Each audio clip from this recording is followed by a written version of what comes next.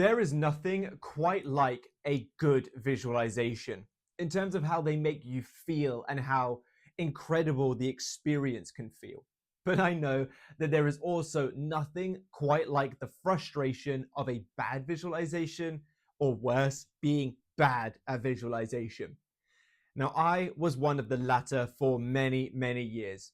I couldn't create more than a blank screen or a black screen at times, and the sounds were just not quite there. I couldn't conjure up a smell very well. I couldn't conjure up the consistency of a feeling. One minute a table would feel solid like a table. The next minute my hand was like phasing through it because I couldn't keep the structural integrity of a visualization. And I got very, very frustrated. But even in spite of that, visualizations were still a tool that I used to help get Katie back. And the thing that happened in my visualization was actually a scene that played out not upon our reconciliation, but very, very shortly after. Which means clearly, even with a sucky visualization, I still managed to make something happen. So what I want to do today is I want to give you some reassurance that even if you're not good at visualizations, you still can visualize and why. But I also want to give you a little exercise that you can do to strengthen your visualization. Because I did this visualization exercise myself, and now, while not perfect, my visualizations are much, much better, and I can actually hold an image, and I can actually have a table be a table instead of phasing through it and things like that. So if you want to utilize visualizations in your arsenal and you want to improve at them, this is the video for you. So be sure to drop me a like and a comment to let me know you like this kind of video. And if you want more of these kinds of exercises to strengthen your manifestation, subscribe to the channel if you haven't already, and be sure to click that bell icon. And if you need any one-to-one help to overcome the blockages, barriers, confusion in your own reality, and you would like tailored advice, check down below in the comment section and the description, because there are the links to my website where I offer things to help you with just that. But with that done and said and done, let's get into this video. My pen was slightly running out, so I do apologize. I've got the red pen here, but it doesn't seem like you can see that any better either. So just bear with me. I'll get some new pens for next video. But I want to start with this statement up here: practice makes consistent. Now, you've probably heard the statement, practice makes perfect, but that has always irked me. As someone for quite a while, due to my upbringing, due to a fair few things, I had a bit of a sub-personality of having a bit of a perfectionist kind of attitude. One of the reasons I shut down my first business, which was a piercing business, I'm a qualified piercer, was because I just could not handle the stress of having to get this thing perfect every time. Because unlike sending an email that has a little bit more attitude than you meant to, or unlike recording a video where I could just edit out my mistake, if I punch a hole through someone's lip, for example, in the wrong place or slightly off center, A, that's someone's body that is now injured and needs to heal. And B, my brain was like, we can't handle it. So this idea of being a perfectionist was just, it overwhelmed me. And this idea that I had to practice until I became perfect at something was kind of the reason that for many years I didn't practice things. I wanted to be a metal vocalist since I was a teenager. And it wasn't until I was about 22, I think, 23, that I actually stepped into the role of a vocalist and joined a band. Because this idea of, if I'm not perfect, it's not going to succeed, beat the crap out of me. And then I heard someone say, practice makes consistent. And that sat so much better with me, because even the most like incredible people, say Ronaldo and Messi in their prime at football, or Eminem and things like that in his rap career, or anything like that, they'll have a bad show. They'll have a bad game. Actors will have to take after take after take. Even some of the best will have to. Because it's not perfection. No one's perfect. But by practicing, they become consistent. So you could look at Ronaldo's 9 games that were incredible and go, he had one bad one. So what? He has 9 incredible ones in a row. It's bound to happen. You could look at Chris Evans, for example, the actor, and say, He's got so many good films. His acting wasn't great in that one, but so what? Look, he's an incredible Captain America. He was quite a fun Human Torch, and so on and so forth. So what I want you to do, and I'm sorry if I've waffled on a little bit there, is I want you to look at this ideology of practice makes consistent, not perfect. You will never be perfect. And I don't say that in like a, you suck, you're never going to be good enough. I'm saying that in a way of stop beating yourself up, because no one is perfect at anything. So just because you had a bad day when manifesting, you reacted a little bit more than you should have done, or your visualization wasn't as smooth as usual or something like that, don't beat yourself up. Practice, because then you'll become consistent. And if you have a bad day, then you can brush it off, because you know tomorrow when you get back to it, you'll be good as gold. So let's look at this ideology of practice makes consistent, and let's go with what we're aiming for here. Again, it seems a little bit smaller and a little bit hard to see, so I do apologize. But what we've got here is ideal, and then we have this like flat line with spikes and little happy faces. And then what we have is not ideal, and it's the same sort of spikes, but with unhappy faces. Now, what am I trying to convey with this? Well, when it comes to any technique, but for this example, visualization, we want a good visualization. And the more that we feel into it, we want to have those spikes of, oh, this feels good. Hearing them tell me that they love me feels good. Having that hug feels good. And we want these little spikes in feeling, in emotion. Now, I know I'm going to get shot for saying emotion. I'm not saying emotion is necessary. I'm just saying that it's a nice addition to a visualization to help you feel into it more, because it feels good to feel good. So these little spikes of good stuff, that's what we're aiming for with a visualization. But what typically happens when someone isn't so good at visualizing in general, or when trying to become good at visualization, is they have spikes of frustration. My mind is kind of veered. Get back. I can't create the sound of their voice. Why is this not working? And so on and so forth. And they have these spikes of irritation. So what we're aiming with this video is to make it so that those spikes are positive at the very least.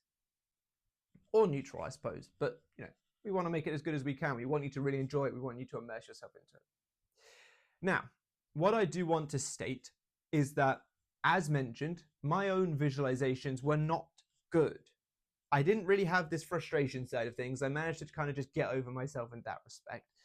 But my visualizations, as I mentioned, were kind of blank screens. Sometimes I'd be able to create an image. Sometimes I'd be able to have that like firm table as I described, and so on and so forth. But my visualizations were far from perfect. If I was to draw, assuming I was good at drawing, this apple is probably the best thing I've ever drawn. If I was able to draw what my visualization looked like and handed it to you, you probably would have had no clue what on earth it was that I just handed to you, because there was no real consistent structure. But, and this is the part that I hope reassures you, but I knew what that scene was implying. I knew what I was immersing myself into. And by not having these negative spikes of frustration, doubt, and anger, and just had this neutral visualization with the occasional, oh, that feels good. Oh, I managed to create an image. Oh, and excitement, that helped me impress my subconscious mind. Because your subconscious mind doesn't know the difference between what's real and what isn't. It doesn't know the difference between what's fake and what's not. Another prime example, I suppose you could say, and I am kind of going on the assumption here actually, so maybe this is a risky thing to say, but someone who is blind, for example, who can't see the physical reality, would still be able to manifest, because consciousness, the awareness. I was aware in my visualization, even if I couldn't see something, that it was a scene of, in the example of me with Katie, we were reconciling at her front door. So your scenes don't even need to be perfect. They just need to be you immersing yourself into them as best as possible, and not allowing negatives of this isn't working, I can't do it, or anything like that interrupt the flow of this is me holding money, this is me with my person, this is me getting married, this is me holding my baby for the first time, this is me doing XYZ. So hopefully, and maybe I took too long on waffling about that, I do apologize, I'll put some timestamps for you, but hopefully that kind of at least sets your mind at ease a little bit, that even if you decided not to do this kind of stuff, you actually just decided not to do the exercise, you can still manifest. even with a sucky visualization. But let's actually get into the exercise, because I know that's what the title dictates, and I know that's what you guys want to see.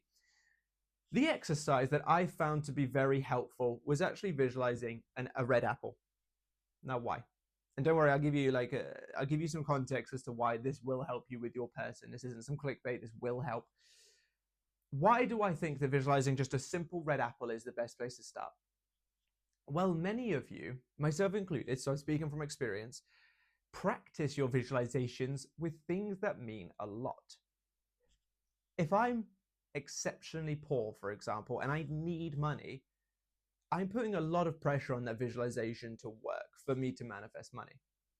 If I'm like desperate for my relationship, or I'm in the crux of heartbreak, I'm going to put a lot of pressure on that visualization of me getting my person back or getting my new person, because those are things that mean so much to us. And that's where the frustration can often come in, because we're like, I need to get this right. I need stay image, stop thinking about dinner, just stay. I need to get them back. I need this money. I need this to work. And the very act of clinging to that visual scene and bringing up frustration, bringing up irritation, is the very thing that forces that smooth image to run away from you. You get what you are, not what you want. And this goes for consciousness too. If you're fighting things, you will have an opponent. So in consciousness, this is why I always recommend breath work and things like that instead of just affirming over stuff. Because if you try to bury things or try to cling on to things, even in consciousness, you will find them skedaddling away. So when you're trying to practice visualization and improve your visualizations with something that means a lot to you, you're going to spend more time, in most cases, getting irritated at it, getting frustrated that you can't do it, and just overall overwhelming yourself. Whereas if you can take 5 minutes outside of your normal manifestation routine, so you're not sacrificing your manifestation to do this, which I know some of you might be a bit concerned about, but if you can take a few minutes to just sit there and visualize a red apple and practice your visualization on said red apple, you can actually build up the, okay, that's how I can create the image of red. That's the sort of smell. Okay, that's how I can conjure up the smell. Okay, and you can actually play with it without panicking that you've wasted a day manifesting because you focused on A, an apple instead of your person, or B, a sucky visualization instead of a good one. So what I urge you to do is take some extra time. Could be during your lunch break at work. It could be when you've just got home for 5 minutes. It could be putting your phone down and not doom scrolling to do this instead, just for a couple of minutes. And what we're going to want to do, I pick red apple because I think the color red is just very like poppy, and apples is something we've all, likely most people, have held, eaten, know the sort of general smell, like the sort of slight sour taste. I don't know if red apples are sour, actually. I've never actually eaten a red apple. I've only ever eaten a green one. But green apples are sour at least, so I'm just going to pretend that red ones are too. We all know this sort of thing. So what I urge you to do, and I probably should have done this in a different order, but it says smell, taste, touch, hear, and see. I'd recommend starting with see, so you can just like see it and know what you're picking up and stuff. I don't know why I did it in that order. Ignore past me. But what I would like you to do for those few moments, and I recommend trying this a few days in a row, not just once and be like, cool, there we go, I'm done now. A couple of days in a row, maybe give it a week of practice. But I would like you to bring to mind, starting with C, this red apple. Could be on a table, could be on your desk in front of you. It could just be floating in the air if a table is too many like things to see. But you're going to bring to mind this red apple, and you're just going to loop a couple of times seeing it. Maybe you could imagine yourself walking into this dark room where there's just a floating apple, or walking up to your desk where there's an apple. I don't care. The apple is the main element here. And you're going to see it. And you're going to do the best you can without forcing to just see this red apple. And you're going to loop this a couple of times, maybe 5 times. If you need more than 5 just to really create that imagery, that's fine. Let's just do whatever you need to do to create a solid image of this red apple. And you're going to loop it. If you are walking up to your desk and there's an apple there, you are going to loop your starting position, going up, seeing the apple. Go back to the beginning, starting position, go up, see the apple, and so on. And then once you feel consistent, practice makes consistent. Once you feel consistent with seeing that apple, you are then going to incorporate the next one. For this example, I would probably say touch, because I mean, you could lean into it to smell it or like try and bite it while it's on the table. But it's probably easier for you to just pick it up and go, oh, my cat has zoomies. Next one, touch. So what you're going to do, starting position, you're going to see the apple, you're going to walk up to it, you're going to pick it up and just hold it. Starting position, walk up, pick it up and hold it. Now, why are we doing it like this? Well, if you try to, in one scene at the beginning of your practice, see the apple, pick it up, smell it, shake it, see if you can hear anything, you probably can't, it's an apple, and then bite it and then taste it, you're going to overwhelm yourself, especially if you struggle at visualization. If you're good at visualization, you could probably do that, but you probably wouldn't be on this video if you didn't at least want to improve. So we're doing it one section at a time to kind of almost like imprint it into your mind each step. We're going to imprint the idea of seeing it so it becomes natural to see it, so that you don't have to consciously think about seeing it while picking up the apple. And then once we've picked up the apple, we're going to move on to taste, for example. We're going to bite the apple. I suppose you could probably do here at the same time, but if it's too much to do two at the same time, just bite it without sound. And then after a few repetitions, bite it and hear the sound that an apple makes. And then afterwards, you can probably smell like the sort of, it's not really citrusy, is it? Like the sort of soury, you know what I mean? You know what an apple smells like. I don't need to try and pretend like I can describe what an apple smells like to you. But yeah, you're going to do this over and over. And then what you're going to do, you're going to do that a few days in a row. And what this is going to do is it's going to help train you to get an understanding of, okay, that's kind of how I do the like the visuals. That's kind of like how I do the sounds and things like that. And it's going to train you to improve at them. Similar, for example, I've done boxing not my whole life, but boxing has always been what I've trained in. Recently, just started doing Muay Thai. I wanted to include some kicks and knees and stuff into my arsenal, so I started Muay Thai. To be honest, a lot more complex as a beginner than I thought it would be. I honestly thought it would just be kind of like throwing a kick or throwing a knee, but there's a lot more like body movements towards it. And when training, because I did a PT session, when training at the beginning, I was like, okay, he's saying what you want to do when you knees, you want to like kind of lift yourself up and like do that and like bring your arms down and all this different stuff, which there and then was tricky because that was so many components that I'm not used to moving in such a way at such a time. Similar to this, if you were to just walk up to an apple and pick it out, bite it, hear it and stuff, when you struggle to see anything past a blank screen, might be a bit tricky. So when I got home, obviously I remembered what he said about like lifting off, bringing your arms down to generate power, trying to get your like hip to sort of do the thing and then bring your knee up. I did them in individually. So I just spent like 20 minutes doing the steps one by one. So about 5 minutes practicing lifting myself up off my heel to sort of generate the power. The next one at the same time, bringing my arms down as I did it. And then the next one, like bringing the knee up and so on. Because by doing them in individuals, you can train your body to then turn it into a natural thing. So now I can just lift off naturally, for example. And if I wanted to do the full thing, each component has been has been consciously practiced to the point it becomes natural to do. So I can now bring them all in unison much easier. That's what we're aiming for here. We're aiming to make it so that you can see it quite easily because you've now trained your mind to know how to see it without the pressure of the other senses already in place and without the pressure of it being, I need to get this wedding ring on my finger perfectly, otherwise the visualization is not going to work. I need to make sure that I'm visualizing the most perfect marble flooring, otherwise the visualization is not going to work. And putting pressure on it like that. And then once you feel quite consistent with this, with the red apple, the poisonous apple, then you can do the same thing with your other actual desires. So take wedding, for example. Let's say that you're a man marrying a woman. You're standing there. You can just watch her walk up the aisle. And that could be the scene, for example, just to begin with while you practice with something that's actually what you want to manifest.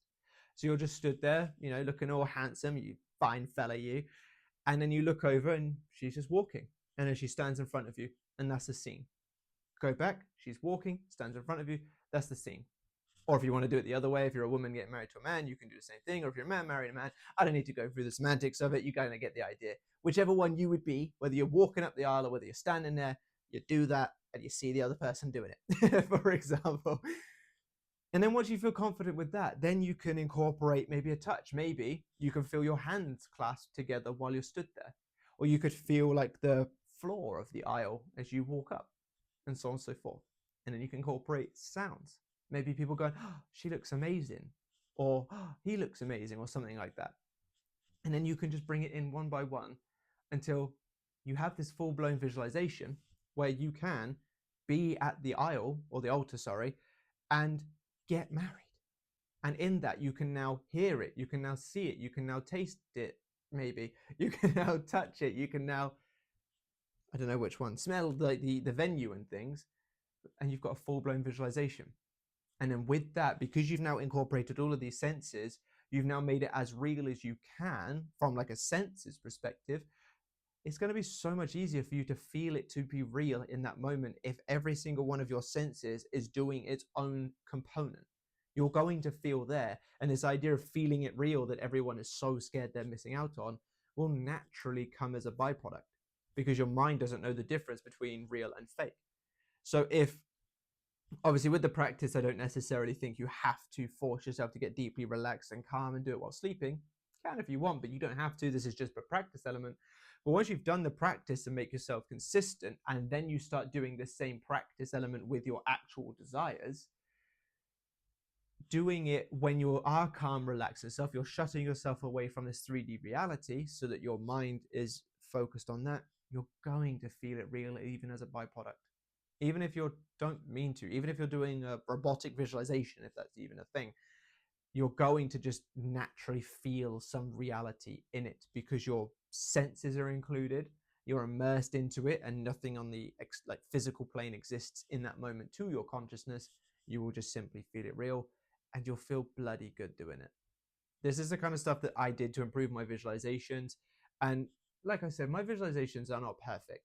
I'm not trying to sell you some false hope that by visualizing this red apple a few times in a week, you're now going to be able to have like Picasso level visualizations or Picasso painting level of visualizations. But this is definitely going to help you improve. And when you can feel like you're doing good enough, then you can feel like it is real without the frustrating spikes that I mentioned there. But I really hope this video has helped. I do urge you to give it a go, you know, especially before you jump into that. I know some of you are probably going to be like, oh, he gave me an idea on how I can visualize my wedding and practice with it. If you really want to go ahead with that, go ahead with that. But I would honestly recommend practicing on something that you don't care about. A red apple is a very good example, a tennis ball, a drink, like anything that you kind of can incorporate a lot of senses with that doesn't matter to you. Red apple, I like the boldness of the red, which is why I chose that. I suppose you could have a red ball or a red light bulb or something. I don't care, but bold apple, red apple. Can you stop attacking my leg? But that's that. But I really hope you have enjoyed this video. Here is one of the gatos that is always a pain in my butt whenever I'm doing the recordings. His name is Onyx. We rescued him. Rescue's probably a bit of an exaggeration. His home wasn't the best for him, so we took him willingly, and he's just a little pain in the ass. But anyway, thank you very much for being here with me. I really hope you have enjoyed this video. If you have, drop me a like and a comment. If you would like one-on-one help, you want me to tailor advice to your situation and help you specifically, I do have services available for that. But I also have the Academy, and the Academy has coaching as a sign-up bonus anyway. All of my products, my courses, all the exclusive videos, and more. So in all honesty, I think you would be better off signing up for the Academy because you get a bit of everything. And that way you can then choose what you need more of if you did need more of something anyway going forward. But thank you very much for being here. I really hope you've enjoyed, and I look forward to seeing you in the next one. Bye-bye.